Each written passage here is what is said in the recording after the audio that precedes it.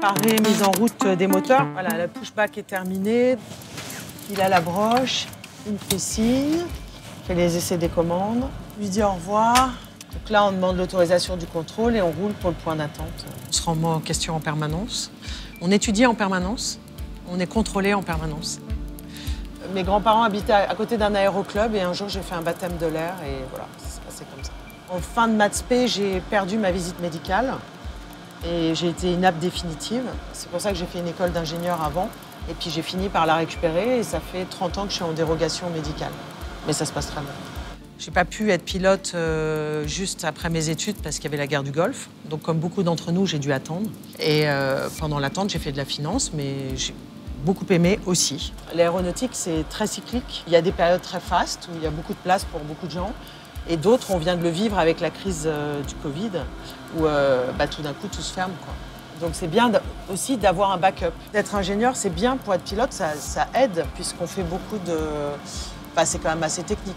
On va réduire la vitesse, là, pour aller se mettre en finale à New York. J'ai l'impression que les femmes, oui, ont une vision de ce métier qui n'est pas la bonne et elles se bloquent elles-mêmes, elles ont peur de faire ça.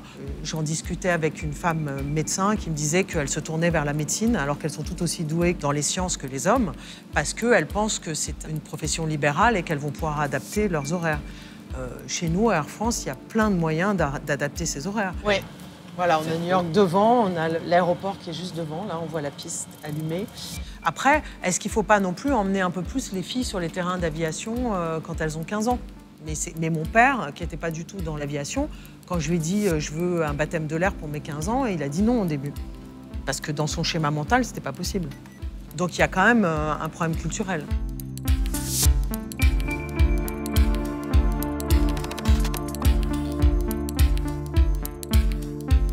Beaucoup de ces messieurs le reconnaissent.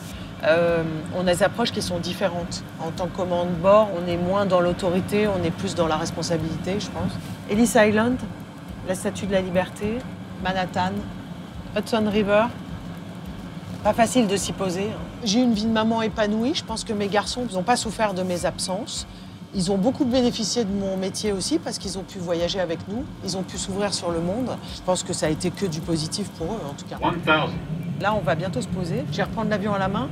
Il y a encore une question. L'avantage de notre métier aussi, c'est qu'entre le moment où je suis rentrée à Air France, il y a plus de 20 ans, et maintenant, il y a eu une énorme évolution dans les facteurs humains, la façon justement de se comporter dans un cockpit, la sécurité des vols. 50. Et maintenant l'écologie. Donc il y a des challenges en permanence. Je pense que c'est ce qui est passionnant aussi.